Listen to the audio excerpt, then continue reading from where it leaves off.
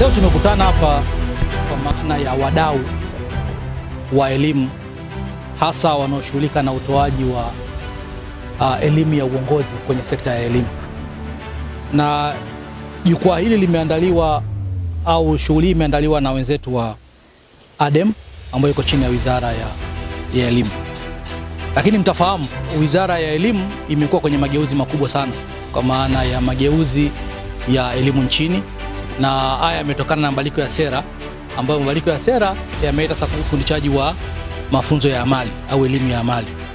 Sasa unapofanya mabadiliko makubwa ya kisera pamoja na mitaala, maana yake lazima tuimarishe eneo la usimamizi na uongozi. Kwa eneo moja hapo ni eneo ambalo tunajadili leo.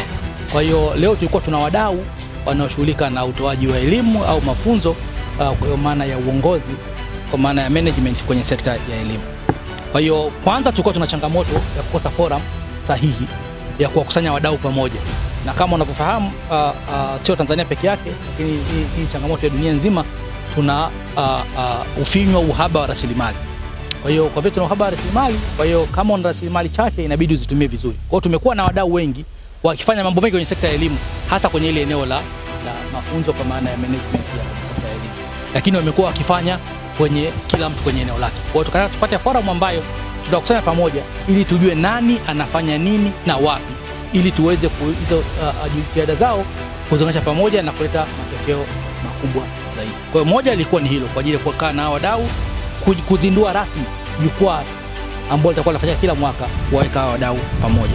Lakini manufaa yake ndio hayo, kwamba ukiwa na wadau pamoja kwenye jukwaa la kila siku, maana yake kujua nani anafanya nini.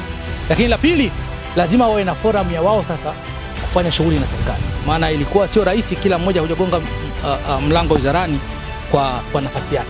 Lakini kupitia jukwaa hili sasa litawanufaisha wao kama wadau kuwa na platform ya kuweza kuja serikalini na kuwa na sauti moja ambayo serikali tutawasikiliza na kuona namna gani tunatatua changamoto.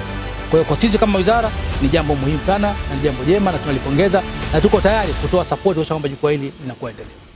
Sisi kama ADEM tunashukuru sana wenzetu ambao wanaunga jitihada ya serikali katika kutoa mafunzo ya uongozi.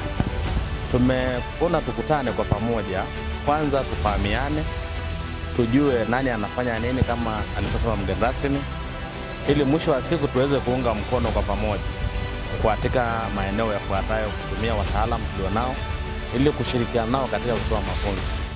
Lakini pia kuwa na kufanya utafiti wa pamoja, badala ya mtu kufanya moja, tuanza kufanya utafiti wa pamoja ambao utaibua maeneo yenye kipaumbele ya kitaifa ambao utaweza kuelekeza mafunzo yafanyike.